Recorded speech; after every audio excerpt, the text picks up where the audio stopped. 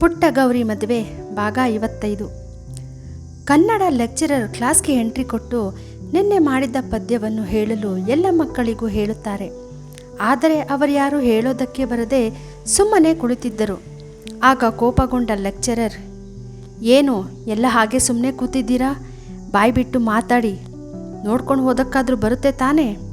ನಾನು last week ನಮ್ಮ first year students ಯಾರು ಕನ್ನಡದಲ್ಲಿ ಹೈಯೆಸ್ಟ್ ಮಾರ್ಕ್ಸ್ ತಗೊಂಡಿದ್ದಾರೆ ಅಂತ ಚೆಕ್ ಮಾಡಿದಾಗ ಹಿಮಾ ಅಂತ ಗೊತ್ತಾಯಿತು.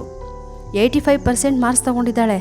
ಅಂದಮೇಲೆ ಅವಳಿಗೆ ಕನ್ನಡ ಚೆನ್ನಾಗಿ ಓದೋಕ್ಕೆ ಬರುತ್ತೆ ಅಂದ ಹಾಗೆ ಆಯಿತು. ಹಿಮಾ, ಸ್ವಲ್ಪ ನಿಂತ್ಕೊಳ್ಳಮ್ಮ, ನೀನಾದರೂ ನಾನು ಕೊಟ್ಟಿದ್ದ ಪದ್ಯನ ಓದು ಎಂದರು. ಮಾಮೂಲಿ ಪಾಠ ಓದು ಅಂತ ಹೇಳಿದರೆ ಹೇಗೋ ಓದಿ ಬಿಡ್ತಾ ಇದ್ಲೋ ಏನೋ. ಆದರೆ ಹಳೆಗನ್ನಡದ ಪದ್ಯ ಕಷ್ಟ ಅಂತ ಹೇಳಿ ಅದನ್ನು ಓದೋದಕ್ಕೆ ಹೋಗ್ತಾನೆ ಇರಲಿಲ್ಲ. ಸುಮ್ಮನೆ ಹಾಗೆ ನಿಂತಿದ್ದವಳನ್ನು ಕಂಡು, ಯಾಕಮ್ಮ ಹಾಗೆ ನಿಂತಿದ್ದೀಯಾ? ನಿನಗೆ ಓದೋದಕ್ಕೆ ಬರೋದಿಲ್ಲ? ನೀವೆಲ್ಲ ಕನ್ನಡದರಾಗಿದ್ಕೊಂಡು ಕನ್ನಡನೇ ಓದೋದಕ್ಕೆ ಬರೋದಿಲ್ಲ ಅಂತ ಅಂದರೆ ಏನು ಅರ್ಥ? ಇಷ್ಟು ಸ್ಟೂಡೆಂಟ್ಗಳಲ್ಲಿ ಹಳೆಗನ್ನಡ ಪದ್ಯ ಓದೋದಕ್ಕೆ ಬರೋದಿಲ್ವಾ? ಅಂದರೆ ನನಗೆ ನಾಚಿಕೆ ಆಗ್ತಾ ಇದೆ ಎಂದು ಜೋರಾಗಿ ಕೋಪದಲ್ಲಿ ಕೂಗಾಡಿದರು. ಅಷ್ಟರಲ್ಲಿ ಯಾರೋ ಒಬ್ಬರು ಕೈ ಮೇಲೆ ಎತ್ತಿರೋದು ಲೆಕ್ಚರರ್ ಕಣ್ಣಿಗೆ ಕಾಣಿಸುತ್ತದೆ. ಬರೀ ಕೈ ಮಾತ್ರ ಕಾಣಿಸ್ತಾ ಇದೆ, ಮುಖ ಕಾಣಿಸ್ತಾ ಇಲ್ಲ. ಯಾರದು? ನಿಂತ್ಕೊಳ್ಳಿ ಎಂದರು. ಸ್ವಲ್ಪ ಗಾಬರಿ ಮತ್ತು ಅಂಜಿಕೆಯಲ್ಲಿ ಗೌರಿ ಎದ್ದು ನಿಲ್ಲುತ್ತಾಳೆ.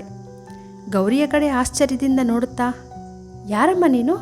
ಇಷ್ಟು ದಿನ ನಿನ್ನನ್ನು ಈ ಕ್ಲಾಸಲ್ಲಿ ನೋಡೇ ಇರಲಿಲ್ಲ, ಹೊಸ ಅಡ್ಮಿಷನಾ ಎಂದರು. ಹೌದು ಸರ್ ಎಂದು ತಲೆ ಆಡಿಸಿದಳು. ಸದ್ಯ ನೀನಾದರೂ ಪದ್ಯ ಹೇಳ್ತೀನಿ ಅಂತ ನಿಂತ್ಕೊಂಡೆಲ್ಲ, ಅದೇ ಖುಷಿ. ಇವರಿಗೆಲ್ಲ 2 ದಿನ ಮುಂಚಿತವಾಗಿಯೇ ಇನ್ಫಾರ್ಮ್ ಮಾಡಿದ್ದೆ ಪದ್ಯ ಓದ್ಕೊಂಡು ಬನ್ನಿ ಅಂತ. ಅಂಥದ್ರಲ್ಲಿ ಯಾರೂ ಕೂಡ ಪ್ರಿಪೇರ್ ಆಗಿ ಬರಲಿಲ್ಲ. ನೀನು ಇವತ್ತೇ ಮೊದಲನೇ ದಿನ ಕಾಲೇಜಿಗೆ ಬಂದಿರೋದು ಅಂಥದ್ರಲ್ಲಿ ಧೈರ್ಯವಾಗಿ ನಿಂತ್ಕೊಂಡು ಪದ್ಯ ಹೇಳ್ತೀನಿ ಅಂತಿದ್ಯಲ್ಲ, ಅದೇ ನನಗೆ ಖುಷಿಯಾಯಿತು. ಯಾವ ಪದ್ಯ ಹೇಳ್ತೀಯಾ ಎಂದು ಕೇಳಿದರು. ಸರ್, ರನ್ನ ಬರೆದಿರೋ ದುರ್ಯೋಧನ ವಿಲಾಪಂ ಪದ್ಯ ಹೇಳ್ತೀನಿ ಸರ್ ಎಂದಳು. ವೆರಿ ಗುಡ್, ಹೇಳು ಎಂದರು ಲೆಕ್ಚರರ್. ಉಳಿದಿರ್ದ ಕೈದ ನೆತ್ತರ ಕಡಲೊಳಗಡಿಗಡಿಗೆ ತಳಮನುರ್ಚುತ್ತೆತ್ತರೆ ಖಾ. ಗೌರಿ ಹಳೆಗನ್ನಡ ಪದ್ಯವನ್ನು ಹೇಳುತ್ತಿದ್ದರೆ ಉಪನ್ಯಾಸಕರ ಸಹಿತವಾಗಿ ಎಲ್ಲರೂ ಅವಳನ್ನೇ ನೋಡುತ್ತಿದ್ದರು.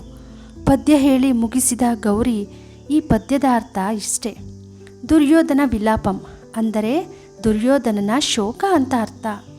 ಕುರುಕ್ಷೇತ್ರ ಯುದ್ಧದಲ್ಲಿ ದುರ್ಯೋಧನ ತನ್ನ ಸಮಸ್ತ ಬಂಧು ಬಾಂಧವರನ್ನು ಕಳೆದುಕೊಂಡನು. ಎಲ್ಲರನ್ನೂ ಕಳೆದುಕೊಂಡರೂ ಯುದ್ಧವನ್ನು ಮುಂದುವರಿಸುತ್ತಾ ತನ್ನ ಯುದ್ಧೋತ್ಸಾಹವನ್ನು ಮುಂದುವರಿಸಿದ್ದನು. ಮತ್ತೆ ಯುದ್ಧವನ್ನು ಹೇಗೆ ಮುಂದುವರಿಸಬೇಕು ಎಂಬ ಸಲಹೆಯನ್ನು ಪಡೆಯಲು ಭೀಷ್ಮಾಚಾರ್ಯರನ್ನು ಕೇಳಲು ಅಲ್ಲಿಂದ ಹೊರಟ. ಯುದ್ಧ ಭೂಮಿಯಲ್ಲಿ ಎಲ್ಲಿ ನೋಡಿದರೂ ಹೆಣಗಳ ರಾಶಿಯೇ ತುಂಬಿತ್ತು. ಅವನು ಕಾಲುಗಳನ್ನು ಇಡಲು ಒಂದು ಚೂರು ಜಾಗ ಕೂಡ ಸಿಗದೆ ಹೆಣಗಳ ಮೇಲೆ ತನ್ನ ಪಾದವನ್ನು ಇಟ್ಟು ನಡೆದುಕೊಂಡು ಹೋಗಬೇಕಾದಂತಹ ಪರಿಸ್ಥಿತಿ ಬಂದಿತ್ತು. ತನ್ನ ಆಪ್ತ ಮಿತ್ರ ಕರ್ಣನ ದೇಹವನ್ನು ಕಂಡು ಬಹಳ ದುಃಖತಪ್ತನಾದನು. ಹೀಗೆ ಗೌರಿ ಪದ್ಯದ ಸಾರಾಂಶವನ್ನು ವಿವರಿಸುತ್ತಾ ಹೋದಳು. ಇಡೀ ತರಗತಿಯೇ ತುಂಬ ಸೈಲೆಂಟಾಗಿ ಅವಳ ವಿವರಣೆಯನ್ನು ಕೇಳುತ್ತಿತ್ತು. ರೌಂಡ್ಸ್ಗೆ ಬಂದಿದ್ದ ಪ್ರಿನ್ಸಿಪಲ್ ಸರ್ ಗೌರಿ ಪದ್ಯವನ್ನು ಪ್ರಾರಂಭಿಸಿದಾಗಲೇ ಬಾಗಿಲ ಬಳಿಯಲ್ಲಿ ನಿಂತು ಕೇಳಿಸಿಕೊಳ್ಳುತ್ತಿದ್ದಳು. ಅವಳು ಇಡೀ ಪದ್ಯದ ಸಾರಾಂಶವನ್ನು ಟಿವಿಯಲ್ಲಿ ನೋಡುತ್ತಿರುವಂತೆ ದೃಶ್ಯ ಕಣ್ಣು ಮುಂದೆಯೇ ನಡೆಯುತ್ತಿದೆಯೇನೋ ಅನ್ನುವ ರೀತಿ ಕಣ್ಣಿಗೆ ಕಟ್ಟುವಂತೆ ವಿವರಣೆ ಕೊಡುತ್ತಿದ್ದಳು. ಒಂದು ಕ್ಷಣ ಅಲ್ಲಿದ್ದವರಿಗೆಲ್ಲ ಕುರುಕ್ಷೇತ್ರ ಯುದ್ಧಕ್ಕೆ ಹೋಗಿ ಬಂದಂತೆ ಆಗಿತ್ತು. ಅವಳು ಕುರುಕ್ಷೇತ್ರದ ವಿವರಣೆ ಮುಗಿಸುತ್ತಿದ್ದಂತೆ ಎಲ್ಲರೂ ಎದ್ದು ನಿಂತು ಜೋರಾಗಿ ಚಪ್ಪಾಳೆ ತಟ್ಟಿದರು. ಹೊರಗಡೆ ನಿಂತಿದ್ದ ಪ್ರಿನ್ಸಿಪಲ್ ಸಹ ತರಗತಿಯ ಒಳಗಡೆ ಬಂದರು. I proud of you Gauri, ನೀನು ಇಷ್ಟು ಚೆನ್ನಾಗಿ ಹಳೆಗನ್ನಡ ಪದ್ಯವನ್ನು ಹೇಳ್ತೀಯ ಅಂತ ನನಗೆ ಗೊತ್ತೇ ಇರಲಿಲ್ಲ. ತುಂಬ ಚೆನ್ನಾಗಿ ವಿವರಣೆ ಕೊಟ್ಟೆ ಅಂತ ಅವಳನ್ನು ಹೊಗಳಿ ಅಲ್ಲಿಂದ ಹೊರಗೆ ಹೋದರು. ಹಿಂದೆಯೇ ನಿಂತಿದ್ದ ಗೌರಿಯನ್ನು ಕನ್ನಡ ಲೆಕ್ಚರರ್ ಮುಂದೆ ಬರುವಂತೆ ಹೇಳುತ್ತಾರೆ. ತುಂಬ ಚೆನ್ನಾಗಿ ಪದ್ಯ ಹೇಳುವುದರ ಜೊತೆಗೆ ವಿವರಣೆಯನ್ನು ಕೊಟ್ಟೆ ಕಣಮ್ಮ. ನಾನು ಇಷ್ಟು ಚೆನ್ನಾಗಿ ವಿವರಣೆ ಕೊಡ್ತಾ ಇದ್ನೋ ಇಲ್ವೋ ನನಗಂತೂ ಗೊತ್ತಿಲ್ಲ. ಆದರೆ ಆ ಕ್ಷಣದಲ್ಲಿ ನಾನು ಕುರುಕ್ಷೇತ್ರ ಯುದ್ಧ ಭೂಮಿಗೆ ಹೊರಟು ಹೋಗಿದ್ದೆ. ನನಗಂತೂ ಇಷ್ಟು ವರ್ಷದಲ್ಲಿ ಇಷ್ಟು ಚೆನ್ನಾಗಿ ಕನ್ನಡ ಪದ್ಯನ ಹೇಳೋರು, ವಿವರಣೆ ಕೊಡೋರು ಯಾರನ್ನೂ ನಾನು ನೋಡೇ ಇರಲಿಲ್ಲ.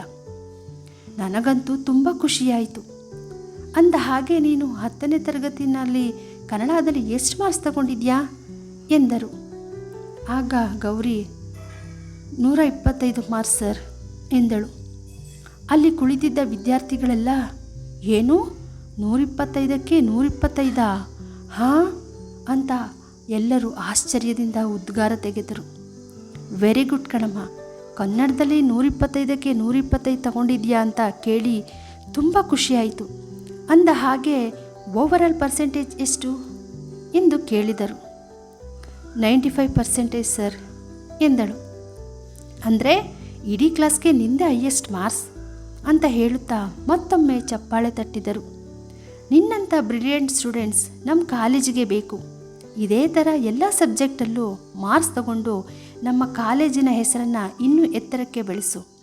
ಆಲ್ ದ ಬೆಸ್ಟ್ ಅಂತ ಹೇಳಿ ಅವಳನ್ನು ಅವಳ ಪ್ಲೇಸಿಗೆ ಕಳುಹಿಸಿದರು.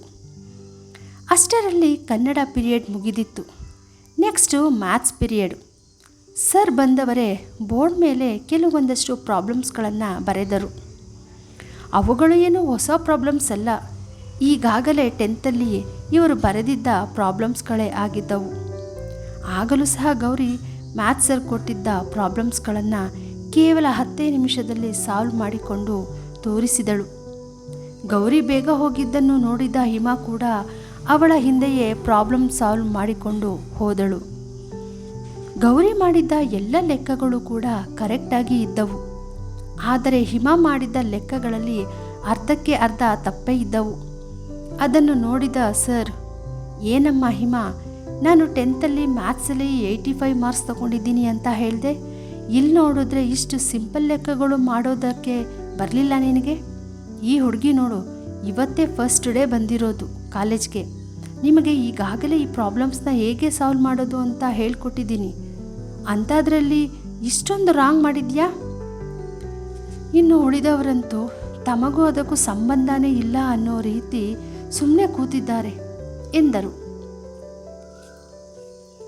ಸರ್ ಎಲ್ಲರಿಗೂ ಸೇರಿಸಿ ಬೈದಿದ್ದರೂ ಸಹ ಎಲ್ಲರ ಮುಂದೆ ಆ ರೀತಿ ಹೇಳಿದ್ದು ಅವಳಿಗೆ ಒಂದು ರೀತಿ ಅವಮಾನ ಆಗಿತ್ತು.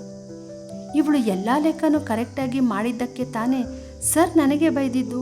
ಇವಳು ಮಾಡಿಲ್ಲ ಅಂತ ಅಂದಿದ್ರೆ ನಾನು ಇಷ್ಟಾದರೂ ಮಾಡಿದ್ದೀನಿ ಅಂತ ನನಗೆ ಅಪ್ರಿಷಿಯೇಟ್ ಮಾಡೋರು. ಇವಳಿಂದಾಗಿ ಎಲ್ಲ ಲೆಕ್ಚರರ್ಗಳ ಕೈಲೂ ಬೈಸ್ಕೊಳ್ಳೋ ಥರ ಆಗ್ತಾ ಇದೆ.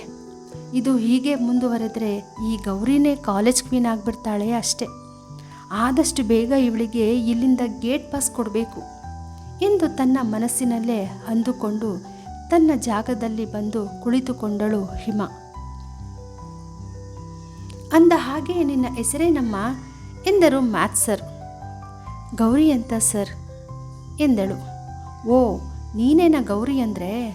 ಗೌರ್ಮೆಂಟ್ ಸ್ಕೂಲಲ್ಲಿ ಓದಿ 95% ತಗೊಂಡಿರೋದು ನೀನೇ ಅಲ್ವಾ?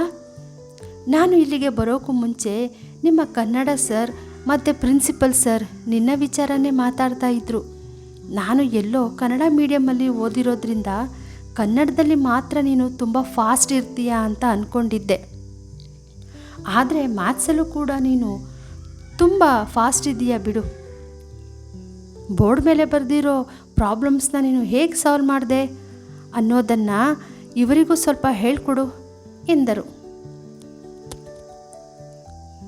ಸರಿ ಸರ್ ಅಂತ ತಲೆಯಾಡಿಸಿದ ಗೌರಿ ಒಂದೊಂದೇ ಲೆಕ್ಕವನ್ನು ಎಲ್ಲರಿಗೂ ಅರ್ಥವಾಗುವಂತೆ ಬಿಡಿಸಿ ನಿಧಾನಕ್ಕೆ ಹೇಳಿಕೊಟ್ಟಳು. ಅವಳು ಹೇಳಿಕೊಡುತ್ತಿದ್ದ ರೀತಿಯನ್ನು ಕೇಳುತ್ತಿದ್ದ ಒಬ್ಬ ಹುಡುಗ, ಸರ್ ನೀವು ಕೂಡ ಗೌರಿ ಥರ ನಮಗೆ ಪ್ರಾಬ್ಲಮ್ಸ್ನ ಹೇಗೆ ಸಾಲ್ವ್ ಮಾಡೋದು ಅಂತ ಹೇಳ್ಕೊಟ್ಬಿಟ್ರೆ ಖಂಡಿತ ನಾವು 100ಕ್ಕೆ 100 ಮಾರ್ಕ್ಸ್ ತಗೋತೀವಿ ಎಂದನು. ಅವಳು ಪ್ರಾಬ್ಲಮ್ಸ್ನ ಬಿಡಿಸುತ್ತಿದ್ದ ರೀತಿ, ಹೇಳಿಕೊಡುತ್ತಿದ್ದ ಧಾಟಿ ನೋಡಿ ತುಂಬ ಆಶ್ಚರ್ಯವಾಗಿತ್ತು. ಅಲ್ಲಮ್ಮ ಗೌರಿ, ಇಷ್ಟು ಚೆನ್ನಾಗಿ ಪ್ರಾಬ್ಲಮ್ಸ್ನ ಸಾಲ್ವ್ ಮಾಡೋದನ್ನು ಎಲ್ಲಿಂದ ಕಲ್ತ್ಕೊಂಡೆ? ಒಳ್ಳೆ ಟೀಚರ್ ಥರ ಚೆನ್ನಾಗಿ ಹೇಳಿಕೊಟ್ಟೆ ಎಂದರು. ಸರ್, ನಮ್ಮ ಸ್ಕೂಲಲ್ಲಿ ಟೀಚರ್ಸ್ಗಳು ತುಂಬ ಕಡಿಮೆ ಇದ್ದರು. ಒಂದು ಟೀಚರ್ 2-3 ಸಬ್ಜೆಕ್ಟ್ನ ಹೇಳ್ಕೊಡ್ಬೇಕಾಗಿತ್ತು. ಆಗ ಕ್ಲಾಸ್ ಲೀಡರ್ ಆದ ನನಗೆ ಸರ್ ಒಂದೊಂದು ಸಾರಿ ಈ ಕೆಲಸ ಕೊಡ್ತಾಯಿದ್ರು. ನಾನು ಮನೆಯಲ್ಲೇ ಪ್ರಿಪೇರ್ ಆಗಿ ಹೋಗ್ತಾ ಇದ್ದೆ ಸರ್. ಯಾವುದಾದ್ರೂ ನನಗೆ ಗೊತ್ತಾಗಲಿಲ್ಲ ಅಂತ ಅಂದರೆ ಯೂಟ್ಯೂಬಲ್ಲಿ ಹಾಕಿ ಕೊಡೋರು. ಅದನ್ನು ನೋಡಿ ನಾನು ಮೊದಲು ಚೆನ್ನಾಗಿ ಅಭ್ಯಾಸ ಮಾಡಿ ಆಮೇಲೆ ಬೋರ್ಡ್ ಮೇಲೆ ಬರಿತಾ ಇದ್ದೆ ಎಂದಳು. ಕೈಗೆ ಮೊಬೈಲ್ ಸಿಕ್ಕಿದ್ರೆ ಸಾಕು, ಇನ್ಸ್ಟಾಗ್ರಾಮ್, ಫೇಸ್ಬುಕ್, ವಾಟ್ಸಪ್ ಅಂತ ಸುಮ್ಮನೆ ಟೈಮ್ ವೇಸ್ಟ್ ಮಾಡುವ ಈಗಿನ ಕಾಲದ ಮಕ್ಕಳಲ್ಲಿ ನೀನು ತುಂಬ ಗ್ರೇಟ್ ಬಿಡಮ್ಮ. ಕೇಳಿಸಿಕೊಂಡ್ರ ಸ್ಟೂಡೆಂಟ್ಸ್, ನೀವು ಕೂಡ ಮೊಬೈಲ್ನ ಯೂಸ್ ಮಾಡ್ತೀರಾ ತಾನೇ? ಆದರೆ ಅದರಲ್ಲಿ ಬೇಡದೇ ಇರೋದನ್ನು ನೋಡೋ ಬದಲು ಈ ರೀತಿ ನಿಮಗೆ ಎಜುಕೇಷನ್ಗೆ ರಿಲೇಟೆಡ್ ಆಗಿರೋ ವಿಡಿಯೋಸ್ಗಳನ್ನು ನೋಡಿ. ಆಗ ನೀವು ಕೂಡ ಎಕ್ಸಾಮಲ್ಲಿ ಒಳ್ಳೆ ಮಾರ್ಕ್ಸ್ ಸ್ಕೋರ್ ಮಾಡಬಹುದು ಎಂದರು.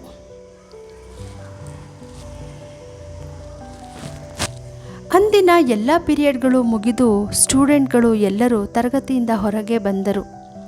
ಸ್ಟಾಫ್ ರೂಮಲ್ಲಿ ಎಲ್ಲ ಲೆಕ್ಚರರ್ಸ್ ಬಾಯಲ್ಲೂ ಗೌರಿಯ ಗುಣಗಾನವೇ ನಡೆಯುತ್ತಿತ್ತು. ಎಲ್ಲ ಸ್ಟೂಡೆಂಟ್ ಕೂಡ ಹೋಗುವಾಗ ಸ್ಟಾಫ್ ರೂಮ್ ದಾಟಿಕೊಂಡೇ ಹೋಗಬೇಕಾಗಿತ್ತು. ಅದೇ ಸಮಯದಲ್ಲಿ ಗೌರಿ ಅಲ್ಲಿಂದ ಹೊರಟಳು.